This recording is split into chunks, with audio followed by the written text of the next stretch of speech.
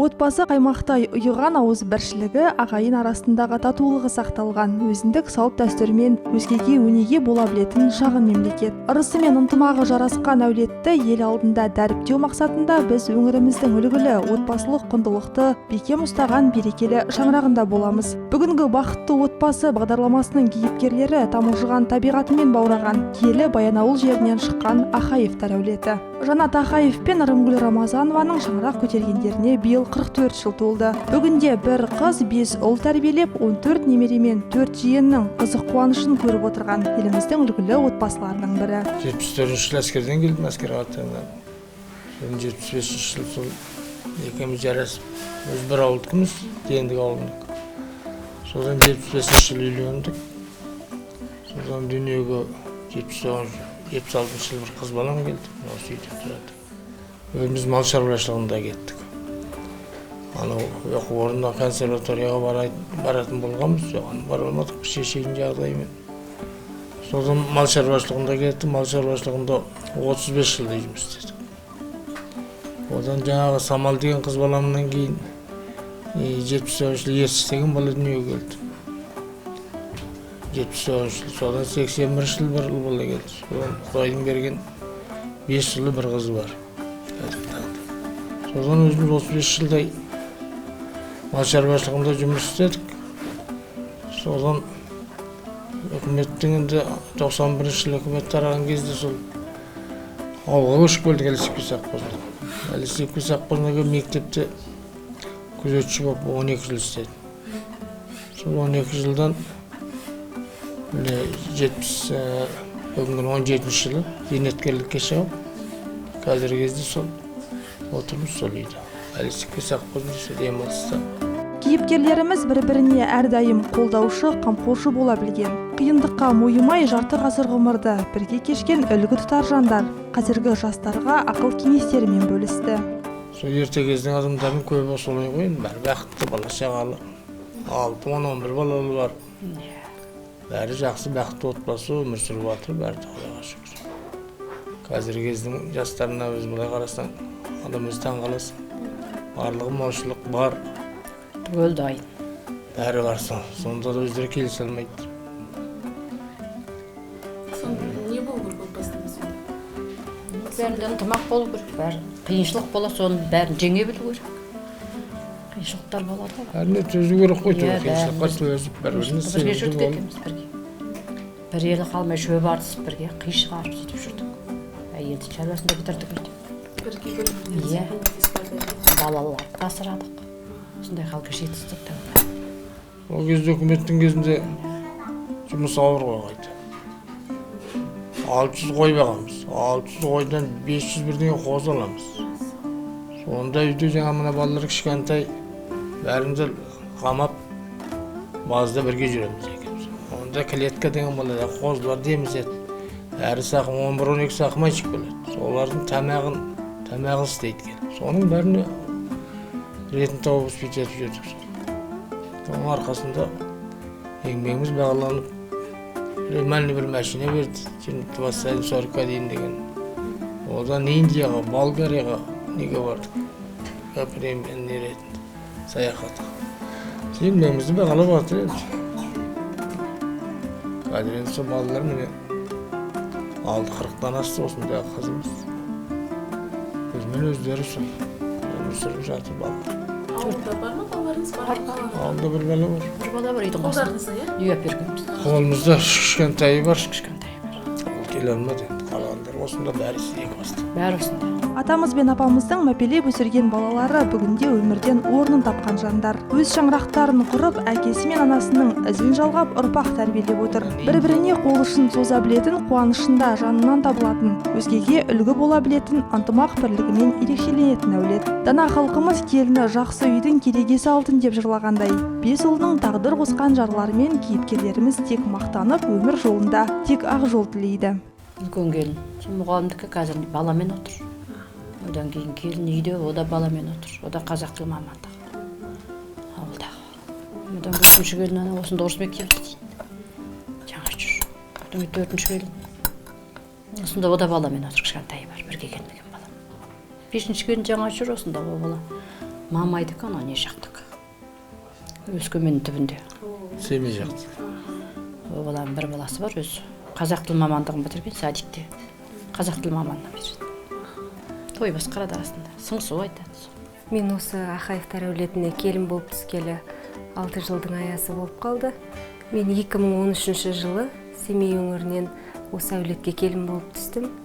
Біздің әулетіміз өздеріңіз байқағандарыңыздай өнерлі әулет. Өнердің ішінде өзіміздің Асқартаудай әкеміз баян инструментінде ойнайды. Осы баянның қыр-сырын өте жақсы меңгерген десем болады. Осы әкемізден менің жолдасым Ербол және де қайнағаларым, қайным барлығы баян инструментінде тартып, сол дәстүрді әдетке айналдырғанбыз бір инструментте ойнап. Менің өзім де өнерден алыс емеспін.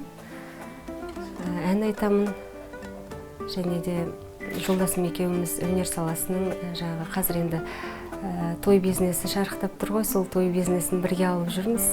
Бала қымбат, немере ыстық. Жанат атамыз бен Ырымкеш апамыздың немере жиендері өте ақылды, зерек балалар. Олар әр демалыста ауылда өткізуге тырысады. Тұла бойы сарқылмас тәрбиеге толы дана жандар көз қуаныштарын тек адалдыққа, адамгершілікке үйретеді. Алдындағы балапандары ата-әжесінің қуанышы, еркеде тәтті қылғымен баулап, оларға риясыз күлкі, шексіз бақыт сыйлайды. Ата мен әжені жақсы көретін себебі, ата мен әже бізге ұрыспайды, өте мейірімді адамдар.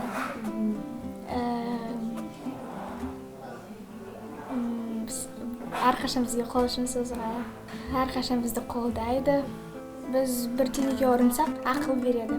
Біз ауылда менің қарындасым Айсаным, кішкентай екеумізді атам мен өсірді. Атам мен әжеміз бізге күнде әжем неше түрлі дәмді тамақтар пісіп береді. Ал атам болса неше түрлі аттарды, қойларды үйретеді. Атам мен әжеміз бізді ауылға барғанда неше түрлі жерлерге апарып қыдыртады. Біз кішкентай кезімізден бастап көбінесе ата мен әженің қолында болдық, ауылда болдық. Ата мен әже болған жақсы, иә? Иә. Әрқашан аман болсын ата әжелердің. Мен атам мен әжені жақсы көремін. Атам маған атқа жегуге, әжем тәтті тағамдарды пісіреді, мені үйретеді. Елімізде үлгілі әулетті дәріптейтін жыл сайын мерейлі отбасы байқауы өтеді. Биыл Павлодар өңірінде өткен шараға Ақаевтар жанұясы қатысып жүлделі орынға ие болды. Киелі сахна төрінде өнер көрсеткен үлгілі отбасы әділқазылардың, көрермендердің қошеметіне бөленді. Қайттық аяқтан бір-екі немеремді апарғам, ол екеуі айтады, әже қорқып отырмыз біз, Павлодар өтпей қаламыз ба деп. Күлеміз, тілеу отырмыз әже дейді. Ол боқты деп. Кішкентай балалар ма? Біреуі екі оқиды, біреуі үш оқиды. Бәрін алып барғам, Бәрін алып балалар, осындағы балалар. Өліз бір газет болып барды. Сабақ айттық. Өздеріңіз сезініздер ме, бір орын аламыз, үміт болды? Жоқ, өзіміз жай берақат. Барып отырдық жайғас, балалар не айтады, соны істеп отырдық. Қалай Ана орта кезіне келген кезде ойладық ілігемізді. Өйткені көрдік қой ана отбасыларға. Біз нешінші шықтық? Алтыншы шықтық. Алтауға дейін көрдік, кім қалай? Көрмеден орын алдық, көрмеден. Содан айттық ілігеріміз берден. Бұл бізге ұсыныс 2018 жылы түскен. Былтыр қатысу керек бізді. Биыл енді Баянауылдың атынан қатысыңыздар дегеннен кейін біз білеміз, ол жерде көп дайындық керек болды. Сондықтан да жүгіріп еңбектендік, Баянауылға барып қатысып, ол жерден өтіп бірінші орынға ие болып, одан кейін облысқа өттік. Облысқа барған кезде көп дайындық керек болды. Және де ол жерге мерейлі отбасы болғаннан кейін енді әкеміз бар, анамыз бар, жалғыз әпкеміз бар, одан кейін өзі 5 ұл, 1 қызымыз, 6 бала, сол барлығы бару керек болды. Сондықтан енді бұл жерде бір қызығы, қазір енді дамыған заман ғой. Барлығымыз бір группа аштық. Сол группада күнде қызықтаймыз, ана келіндер. Бұл жерде біраз бара алмай қалды облысқа. Бұл жерде соның өзінде де енді біраз жетістіктер көрсетуге болып жүрді. Көрме болды, одан кейін өз өнері де, таныстыру деді. Шама келгенше енді көрсеттік бойымыздағы өнерді, өйткені бұл өнер қаннан тараған өнер. Бұл жерде біздің енді оқып бітіргеніміз бұл музыкалық білім емес. Сондықтан тума талант сондықтан әкемізден анамыздың осындай тума талантын әрі қарай жалғастырып келе жатырмыз. Біздікін таныстыру болды, таныстырудан бірден сол екінші бөлімге өз өнерімізді көрсетіп. Содан қарап отқан кезде енді шынымен де өзі сорпаның бетіне шығатындар болды ғой. Сонысынан көріндік енді бір болмасақ та екі болмаса үш аламыз деген ой болды енді. Қазақтың шаңырағын қойдық. Шаңырағын қойғаннан кейін өзіміздің отбасылық суреттерімізді қойдық. Отырған жетістіктерімізді қойдық. Одан не керек жаңағына өзіміздің енді бар өнеріміз жаңағы қазақтың ұлттық аспаптарында ойнау ғой. Сондықтан ол жерге жаңағы сырнайымызды апардық. Домбырамызды іліп қойдық. Кіріп келген кезде әді қазыларымыз бірден өнерлі отбасы екенін көрсін деп. Шынымен сонысымен көрініп қалдық та. Бір жағын сондай бір жетістіктер көрсеттік. Бір жақсы бізде отбасыда әйтеуір аспап таңдамаймыз, тарта береміз. Сырнай, домбыра, гитара, сондаймен. Бір жақсы әйтеуір оқыған емес, тек қаннан сұлықпен ғой енді санағы өзіміз. Мерейлі отбасына қатысасыңдар дегенде бір жағынан қуандық, бір жағынан бойда кішкене қорқыныш болды. Енді бірақ біздің әулетті таңдап алғандықтан намысқа тырысып, жақсылап өнерімізді көрсетуге тырыстық.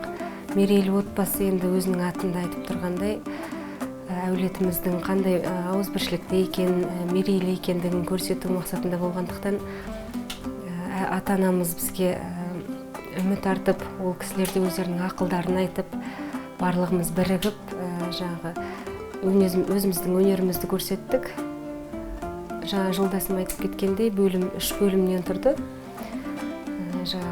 Мен ең алғашында көрмені таныстырдым, және де екінші өз өнері бөлімінде барлық жаңағы әулетіміздің ер азаматтары бірігіп баянмен жалпы дәстүрлі әні орындады. Мерейлі отбасы конкурсы енді байқауы өзіміздің ойымыздан шықты негізінде. Мен өзім 7 жасымда гармон тарта бастадым. 7 жасымнан 25 деген бар. 7 жасымда. Содан неге апардым? Баянауылда бір смотрға. 7 жастағы бала. Бойым әлгі неден көрінбейді, гармоннан көрінбейді, төбем ғана шығады.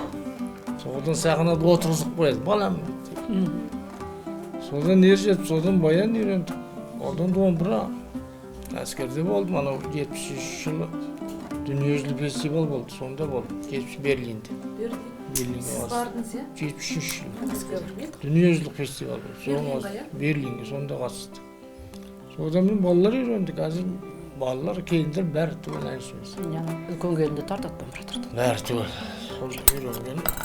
Сізге сонда қалай дарықтыңыз? Өзі самаушқа дейді ғой. Балалар да солай. Өзі суық болды, ешқа жерін оқығанбыз.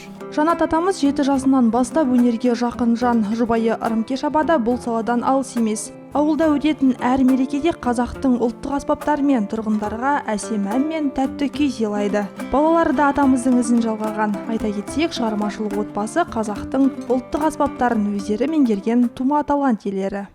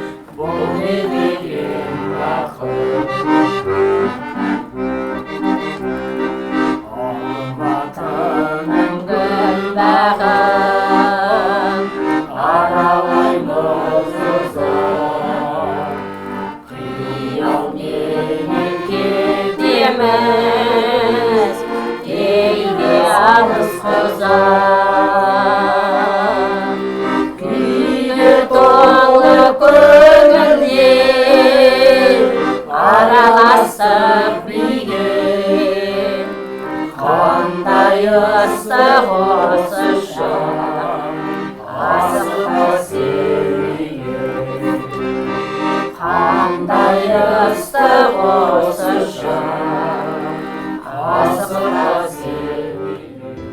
ата әжесінің жолын қуған кішкентай немерелері де былдырлаған тілімен әсем әннен шашу шашты.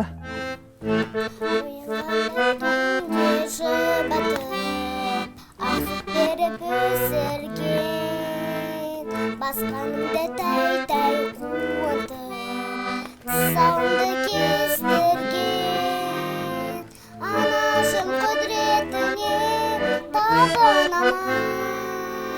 Көрмесең бір сәт сені сағынамын. Анашым қартаймышы жалынамын. Анашым қартаймышы жалынамын. Той берек салып алақаныма, ұядан үршкішір бетінде, бұл дүниене әке-шешем барына. Әр жанұяда жылдар бойы қалыптасқан қағидасы әдет-ғұрпы болады. Дәстүрлері ұрпақтан ұрпаққа жалғасып, отбасы мұрағаты болып мәңгілік естелікке сақталады. Бағдарламамыздың бүгінгі кейіпкерлері отбасылық мерекелерін, қызықты сәттерін Баянның әсем табиғат баурайында Енді өткізген біздің санатады. әулеттің бір кішігірім дәстүрі бар. Ол жаз мезгілінде анамыздың туған күні, 6 шілде күні. Сол 6 шілдеде барлығымыз енді демалысқа шығамыз, жұмысымызды сырып қойып, анамыздың туған күніне барып, көкке шығып, барлығымыз жаңағы ақ дастарханымызды жайып, келіндер өз қызметінде, ата-анамыз немерелерімен бірге ойнатып, солай спорттың түрлерінде сол жерде қолданып, өзіміз кішігірім демалыс жасаймыз өзімізге табиғат аясында. Қазақ халқы ата-анасын ерекше құрметтеген, әке ана отбасының негізгі діңгегі. Олардың балаға деген мөлдір таза, шексіз махаббатына әлемнің ешқандай құндылығы тең келмес. Енді әкемізден анамызға енді қазіргі осы уақытқа дейін тәрбиелеп өсіргеніне шынында бір шексіз алғысымызды білдіремін біріншіден. Екіншіден жаңа енді 44 жыл ғой отбасы көтергендеріне. Сол отбасы көтерген 44 жыл болса да, сол енді осы күнге қалай жеткізгенін біз естіп жатамыз, жетістіктерін естіп жатамыз. Енді қаншама жыл еңбектенді, енді шынымен де 6 бала тәрбиелеу енді оңай емес. Оны қалай өсіргенін де жандағы өзінің жолдастарынан, көрші болғандарынан бәрін естіп жатамыз. Қандай қиыншылық көргендерін. Сондықтан да енді алғыс білдіреміз анамыз және әкемізге. Денсаулық тілейміз. Қазақи салт дәстүр ырымды жете меңгерген бақытты отбасы барша жас жанұяларға үлгі бола білетініне нық сенімдіміз. Шаңырағы шаттыққа толы әулеттің мерейі әрдайым биік болсын деген ниетпен бағдарламамызды аяқтаймыз.